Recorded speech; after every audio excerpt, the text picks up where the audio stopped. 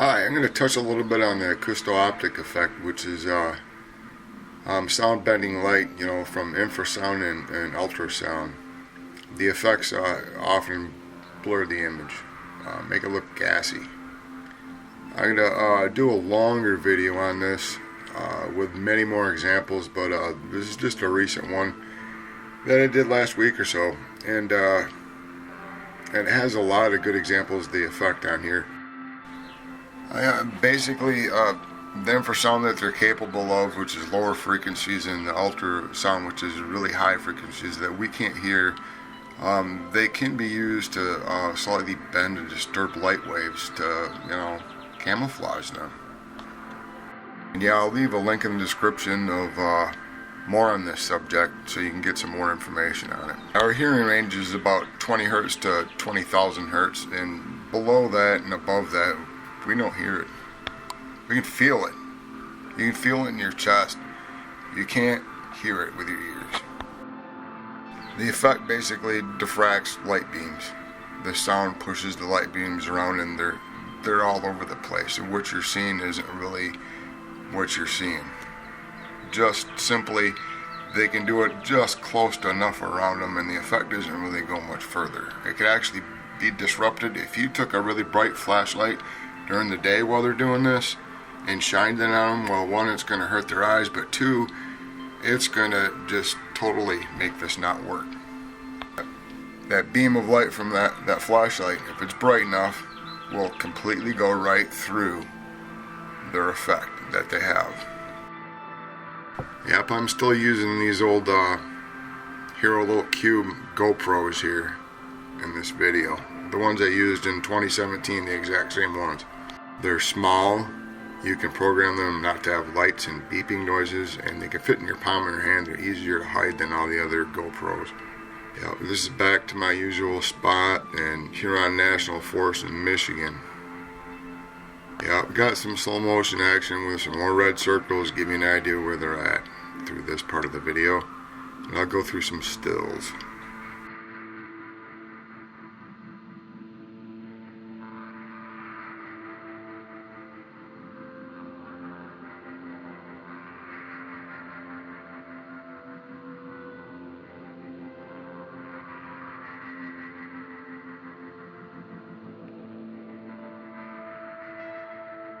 Yeah, never film into the sun, and never film, say, past 3 or 4 o'clock in the summer, especially after that, before dusk. When that sun's going down, yeah, forget it. You're not going to capture hardly anything.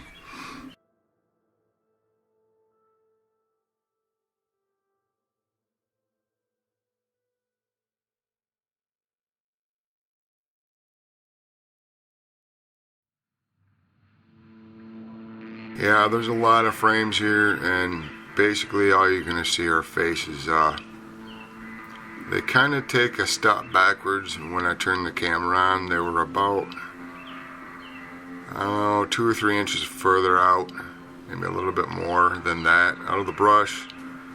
And then I turned the camera on. They're like that for so long where I could see them. I just thought I'd turn the camera on, and I walked around pretending I was filming the dying trees, which I wanted to film anyway, but I pretended I didn't see him. One moved, and I definitely saw him, and I tried to move the camera without moving my body to pick him up, but then I realized I was being too obvious, so I just kept on talking about the trees and walking. Kind of throws them off. It's a good idea to do that.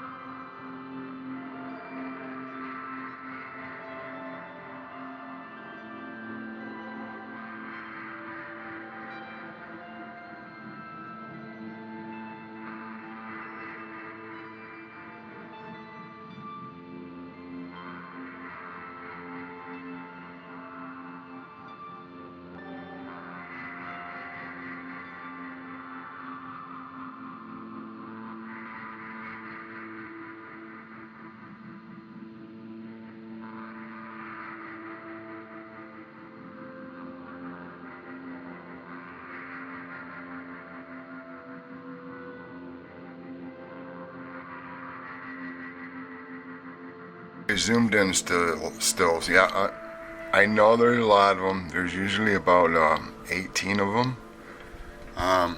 There might even be more now because there's some babies. Most of all you're going to see is the baby is towards the bottom, hiding in different areas and popping their faces out. Some of the adults up higher, and just them looking. That's pretty much all they do with me. These ones don't even communicate with any kind of sound anymore when they get this close. They just sit there and stare at me. This is a particular tall one right here, but probably not going to see that too well because I've edited this video so many times it's losing quality. That sucks.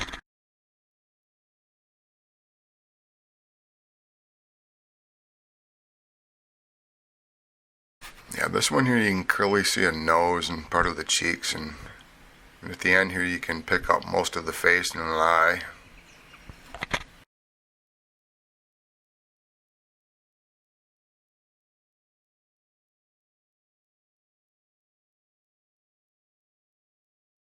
Here you can clearly see all the gassy looking blurry effects of this acousto-optic effect, with this sound does to the light.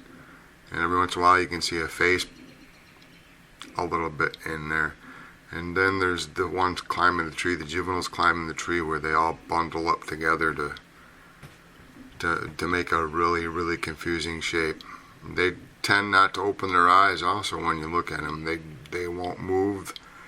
They won't go very far. They know that sound and movement, and it'll attract attention to them immediately. So they tend not to move very far, and when they do move, they'll watch you and how fast you're moving and try to put something in between you and move at the same speed so you don't really catch them moving. That they bundle together, they wrap each other around and hug each other. They'll try to make these big blobby looking shapes and kick in this effect and take out all the details, and it kind of absorbs the foliage around it. It kind of absorbs the shadows and the light. It does some weird stuff, but I think they also bundle up because well, they got to breathe. And to make this effect work, they're going to have to take a breath, and more of them that are together, they can take turns doing this effect, and another one can take a breath. That's just my guess. Thanks for watching. Please like and subscribe.